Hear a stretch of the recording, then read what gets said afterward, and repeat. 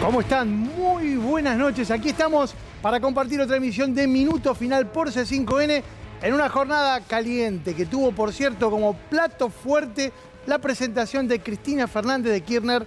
¿En dónde? En un acto. Por primera vez en un acto público, político, luego del intento de magnicidio ocurrido el 1 de septiembre. Y la pregunta que da la impresión subyace luego de haberla escuchado en un breve pero muy conciso discurso y presentación ante los afiliados de la Unión Obrera Metalúrgica. ¿Juega o no juega? ¿Por qué la pregunta? Porque claro, es lo que seguramente todos los militantes del espacio del Frente de Todos y las militantes se deben estar formulando a la hora de proyectar un 2023 que, por supuesto, queda muy lejos si miramos en perspectiva lo que hay pendiente de realización. Si el Frente de Todos quiere verdaderamente ser una opción competitiva en las elecciones presidenciales del próximo año. Corre con una gran ventaja, como siempre los oficialismos tienen esa ventaja, que por un lado les da la posibilidad de articular políticas públicas que le permitan revertir un clima social que viene enrarecido. Vamos a hablar de esto porque esta semana hubo varias decisiones adoptadas al respecto que movieron el amperímetro en el vínculo que mantiene el gobierno, el Poder Ejecutivo, con las organizaciones sociales. Pero también tiene una desventaja, el desgaste que provoca la gestión, que si bien da y otorga ese crédito a la hora de poder mover un poco la vara de la economía, también provoca ese desgaste cuando las medidas tal vez se frustran. Por eso es crucial desmenuzar ese discurso que hoy Cristina dio ante buena parte de la militancia. No es casualidad que haya elegido un ámbito sindical y ahora, de la mano del análisis de mis compañeros y mi compañera, vamos a desmenuzar esa pieza de oratoria que una vez más nos regaló la vicepresidenta. Una de las frases más contundentes del discurso fue sobre el cierre. Cuando Cristina les decía a los compañeros y las compañeras del Frente de Todos allí presentes que iba a hacer lo que ella tiene que hacer. Escúchala. De corazón, saben que yo voy a hacer, como siempre, voy a hacer lo que tenga que hacer para lograr que nuestro pueblo, nuestra sociedad, pueda organizarse en un proyecto de país que vuelva a recuperar la ilusión, la fuerza y la alegría de nuestra gente. Éramos un pueblo alegre. Los recuerdo aquel 9 de diciembre del 2015 en la Plaza de Mayo y éramos alegres. Volvamos a recuperar esa alegría que tuvimos alguna vez, la alegría de que el sueldo alcanzaba, la alegría de ir al trabajo, la alegría de saber que había futuro. Esa alegría nos la merecemos los argentinos y las argentinas. Muchísimas gracias. Los quiero mucho a todos y a todas.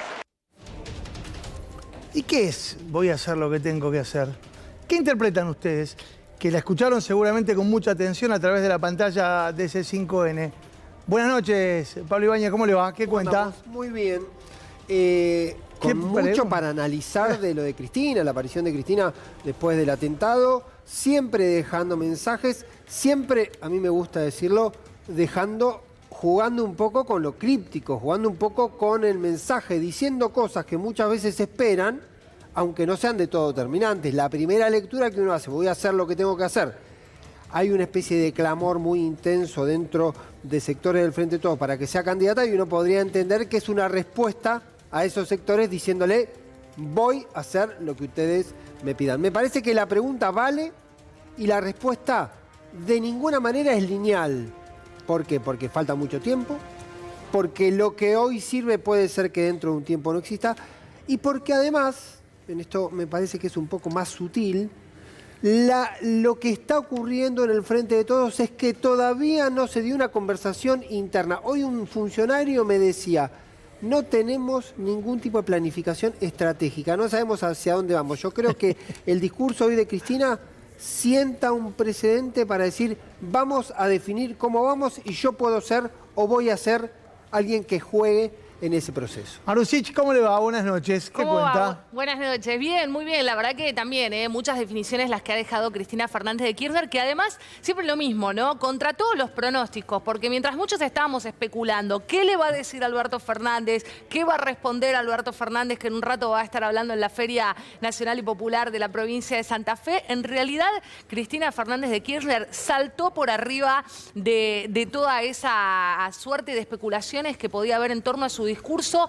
y se mete con la agenda de la gente. Esto que tanto se le estaba reclamando, ¿no?, al sector político. No hablan de los problemas de la gente. Y hoy Cristina dijo muchísimas cosas y vamos a ir después desgranando todos los ejes, pero habló del problema que tienen las personas, que es no llegar a fin de mes. Hay que recuperar esa esperanza, hay que recuperar esa expectativa y Cristina lo dijo. Sabemos cómo hacerlo porque ya lo hemos hecho. Me parece que eso es lo central, ¿no? Devolverle al obrero, al trabajador y a todos quienes estaban mirándolo la posibilidad de pensar que se puede llegar a fin de mes, que se puede volver a ahorrar y que hay 2023 también para aquellos que siguen al frente de todos. Un tema del que se va a ocupar a lo largo de nuestro programa Juan Enrique. ¿Cómo estás, Juan? ¿Cómo están, chicos, compañeros? Sí, yo creo que un discurso de campaña, ¿no?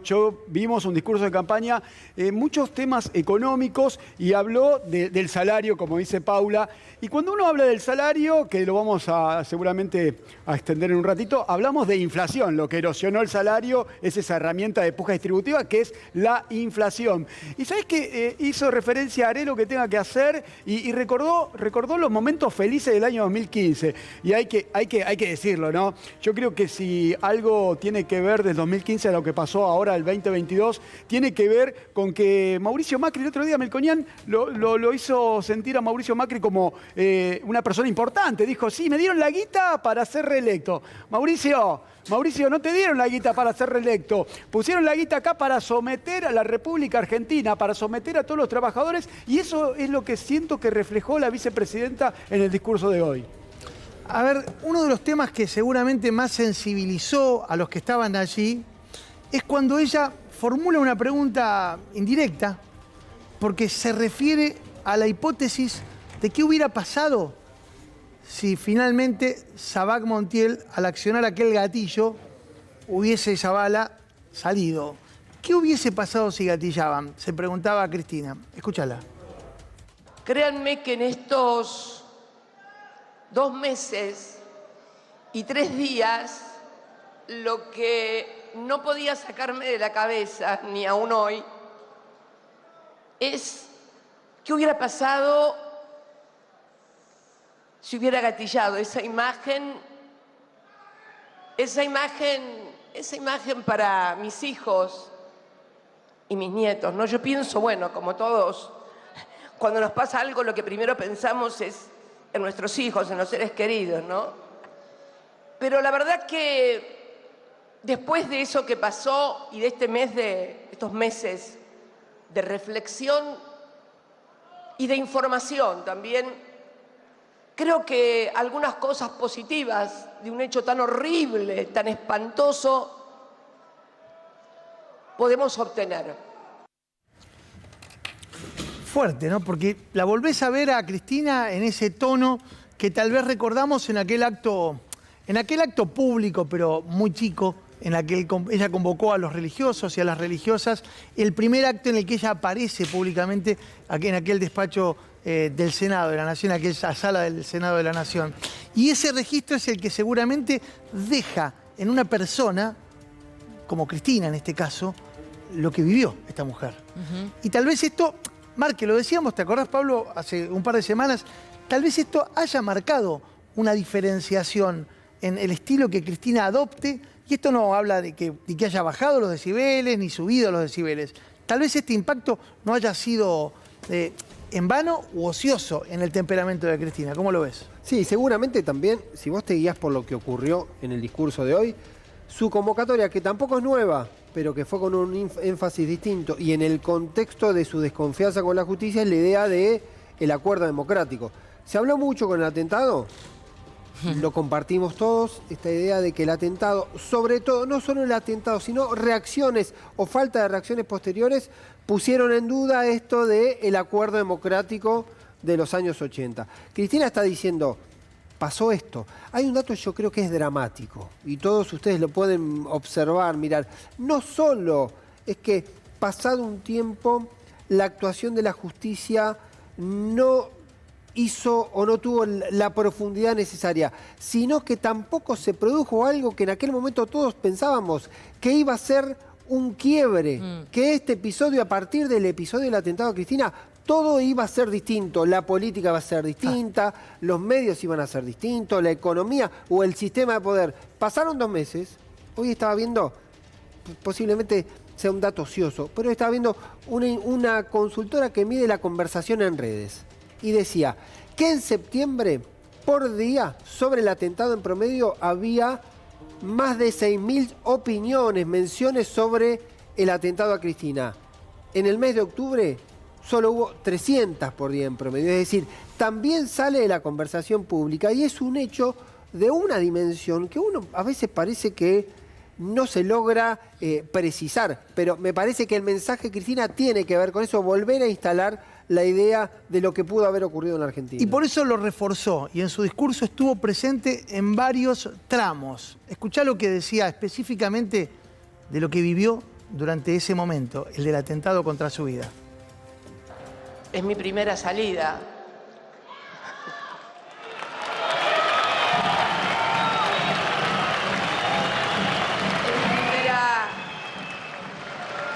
Hoy se cumplen exactamente 2 meses y 3 días de eso que todos y todas vieron por la televisión. Saben que yo también lo vi por la televisión, ¿no? Yo no me di cuenta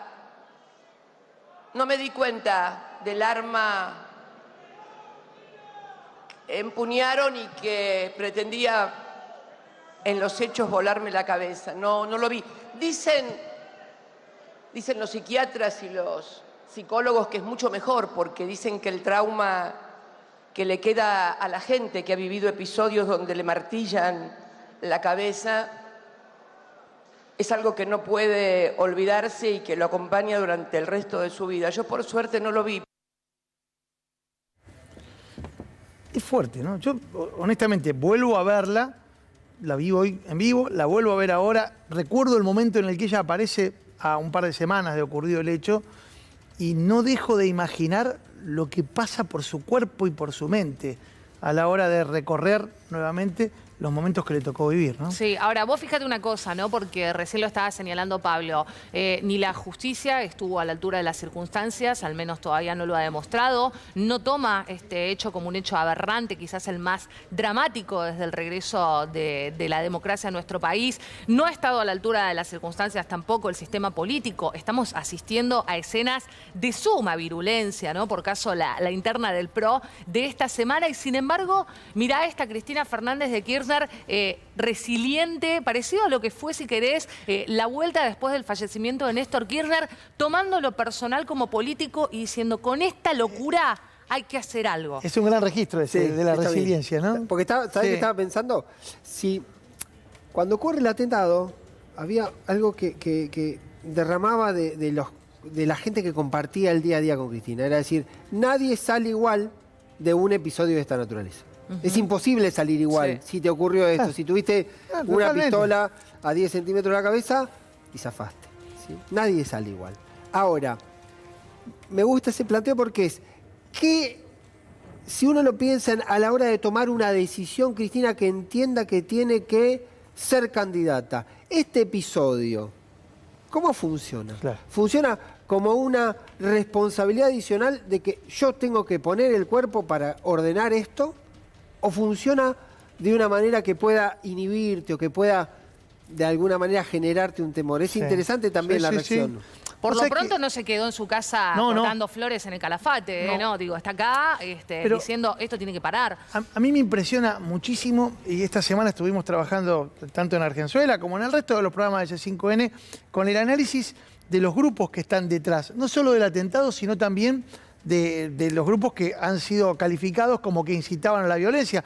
Dicho sea de paso, y ahora vamos a hablar de la justicia, lo que ha ocurrido esta semana con el grupo que era investigado por el juez Martínez de Giorgi de Revolución Federal, marca una paradoja muy interesante de cómo un juez puede disponer la liberación de 4 integrantes de esa agrupación y 24 horas después los procesa calificándolos de un peligro para la democracia. Es curioso el caso, pero después lo vamos a analizar. Ahora, está claro que detrás del entramado del atentado de Cristina hubo grupos que incitaban a la violencia, la mayor parte de los cuales eran jóvenes. Y esta es una de las cosas que más la perturbaron en su momento a Cristina. Cuando empezó a cobrar conciencia de lo que había ocurrido, le dijo a su abogado, al doctor Oveira, a su abogado querellante en estas 2 causas, qué impactante que todos estos sean pibes que tienen entre 20 y 30 años. Algo habremos hecho mal desde la política para que estos chicos entiendan que es de vuelta a la violencia el camino para resolver los problemas de los argentinos y de las argentinas. Y hablando de justicia, habló Cristina sobre la justicia. Escuchá lo que dijo.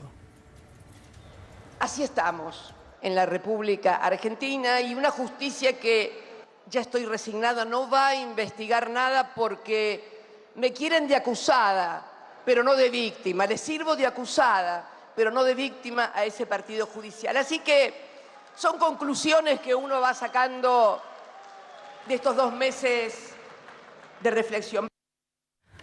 Bien, ahí la teníamos a Cristina Fernández de Kirchner con esta, bueno, frase clave. Le sirvo de acusada, no de víctima, ¿no? Justamente haciendo referencia a la poca profundidad que está teniendo esta investigación. Nosotros nos hemos cansado de decirlo aquí al aire en C5N. Cualquier investigación policial, desde el crimen de Martín del Río a sus padres, a el caso de María Marta Belsunce, 2 décadas después, tiene más fiscales, tiene más recursos que lo que está teniendo la investigación por el atentado a Cristina Fernández de Kirchner. Ahora, vean cómo se preparaba la justicia esta semana para la reaparición de Cristina Fernández de Kirchner, porque cuando hay que hablar de justicia también hay que hablar de timing político. En los últimos días, estos fueron los movimientos judiciales, ¿no?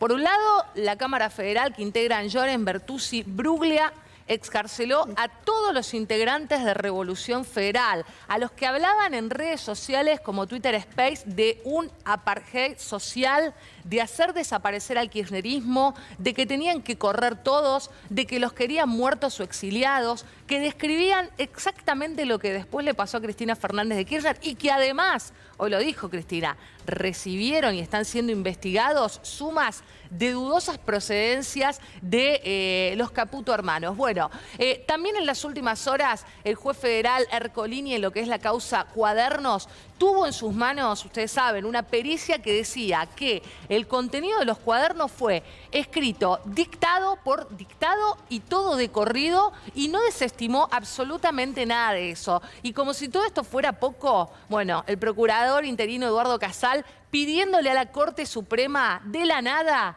que revoque el sobreseimiento de Cristina Fernández de Kirchner y de Kicillof en la conocida causa como dólar futuro, ¿no? Lo que claramente significa insistir con judicializar políticas y economías de un gobierno. Bueno, fíjense cómo viene, esto si tuviésemos la voz de un locutor haciendo noviembre y diciembre en Comodoro Pi, habría que presentarlo como promo televisiva, porque no se lo pueden perder, digo. Viene absolutamente todo el combo. Noviembre, en Comodoro Pi. Ahí está, noviembre, claro, bien arriba. Bueno, ¿qué van a sacar de la galera para tenerla todo el tiempo en escena a Cristina Fernández de Kirchner como acusada y no como víctima? Revisión del memorándum con Irán. La causa Otesur también, revisión del sobreseimiento. Son causas que ya han tenido sobreseimientos y que Casación va a insistir en si estuvieron bien dispuestos o si tienen que volver a juicio los acusados. Causa Vialidad, esta no se la quiere perder Luciani. El 14 de noviembre va a volver a hablar. Claro, va a devolver, digamos, va a ser una devolución de lo que hicieron los alegatos defensivos. Exactamente, los alegatos que ya terminaron y luego, bueno, nos queda allí la fecha del misterio, que es la de la sentencia. Muchos dicen será tal vez en medio del Mundial de Fútbol hacia mediados del mes de diciembre. Todo esto, noviembre y diciembre en Comodoro Pi. Pienso esto, Pablo, y por supuesto es contrafáctico, pero a los efectos de la proyección política de Cristina, ¿qué conviene más? ¿Una sentencia favorable o una sentencia condenatoria? Estaba pensando, cuando Paula repasaba el discurso, da la impresión que Cristina, con lo que dijo hoy, ratifica la idea de que la sentencia está firmada, como lo ha dicho. Sí. Porque dijo, si no puedo confiar en esa justicia, vale la valoración para todo lo mismo. Es una pregunta muy difícil, porque si uno tendría que pensar con lo que genera en Cristina, también es cierto que la causa vialidad reactivó, ¿te acuerdas que lo hablamos en algunos momentos? Esa idea que los propios dirigentes te decían, funcionó como un motor para que la gente se movilice, claro. que los militantes, que la gente esté si la tocan a Cristina, ¿no? Exactamente. Y el mismo Frente de Todos se había ordenado un poquito, al menos los primeros días post-alegato. Al principio fue, después ocurrió la CGT, que dijo que iba a hacer una movilización, no la hizo, para que nos juntamos el lunes estábamos ocupados, no la hicimos, no se hizo. ¿Qué quiero decir? Que lo que sí hace le otorga centralidad absoluta a Cristina y va a ser muy difícil, como ocurre siempre con la cuestión de la justicia, que todo el ecosistema del Frente de Todos pueda desmarcarse de esa centralidad, porque no es una situación usual en la Argentina, una hipótesis de una eventual campaña electoral.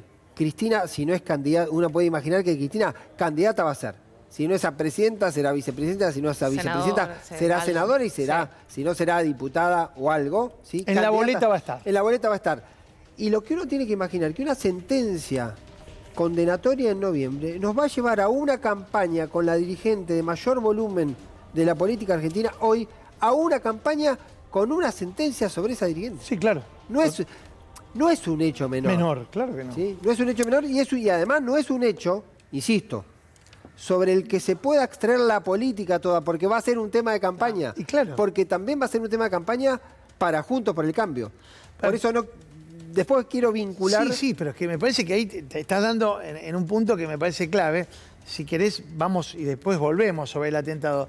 Pero algo que pasó en el transcurso de esta semana, en realidad, sobre fines de la anterior y principios de esta, fue lo ocurrido en Brasil, ¿no? El episodio de la gorra de Lula, el día que ya anunciado su triunfo, se colocaba una gorra muy particular, por cierto, que tenía directa alusión a lo que la militancia del Frente de Todos viene insistiendo. Esta imagen, ¿no? Sí. Una gorra entregada por la diputada Brites, una diputada del espacio del Frente de Todos, por supuesto muy cercana al cristinismo, al kirchnerismo, y que tal vez nos está dando una pauta de una jugada que... Viste cómo son estos dirigentes, ¿no? Uno tal vez ven con una proyección que nosotros no estamos viendo y tal vez hay un mensaje detrás de eso. Algunos le bajaron el precio, dijeron no fue organizado y tal vez no lo haya sido. Por ahí, ¿Pero qué representa esto? No necesariamente tiene que haber estado hiperplanificado. No, la picardía sí estaba planificada. Digo, para algo la llevaste y se la das a Lula, la picardía de Lula, digo. Y Lula la mira y se la pone. Lula entiende todo. Hace la concesión, ¿entiende? Lula tiene más campaña que nadie. Uno podría pensar que Lula, primero, que en la necesidad de una región con más fuerza política, vos necesitas socios, sobre todo si es socio. Si fuese rival, te conviene un rival débil, pero te conviene un socio potente. Lula, la mejor época de Lula fue justamente cuando él cohabitó en la región con otros dirigentes de mucha potencia, como fueron Kirchner, como fueron Chávez, digo. Sí, entonces, Mujica. Pensado Lula desde la región, él puede imaginar que le conviene un presidente con volumen político y con referencia política imponente. ¿Qué dato estás? Porque mirá cómo se cruzan los planetas, ¿no? Ahora, en este momento, vos mencionabas recién, está en la Feria del Libro Nacional y Popular Alberto Fernández. ¿Con quién está Alberto Fernández? Con Evo Morales. Con Evo Morales. Mañana se cumplen 17 años de aquel momento histórico que representó aquella reunión, aquella cumbre de los pueblos latinoamericanos que resistían el Acuerdo de Libre Comercio para Latinoamérica y el Caribe. ¿Se acuerdan? El ALCA, con la presencia en Argentina de, por supuesto, el anfitrión Néstor Kirchner. Estaba, por supuesto, también Hugo Chávez, autor de aquella famosa frase, ALCA, al carajo. Estaba el Diego, claro que sí, claro que estaba el Diego. Vaya, si había líderes que estaba el Diego. El tren. En aquel tren, ¿se acuerdan? El tren a Mar del Plata, aquel viaje histórico. Y me parece que, y ahí aparece también Evo Morales, que por entonces todavía no era presidente de Bolivia, pero estaba ya disputando fuertemente.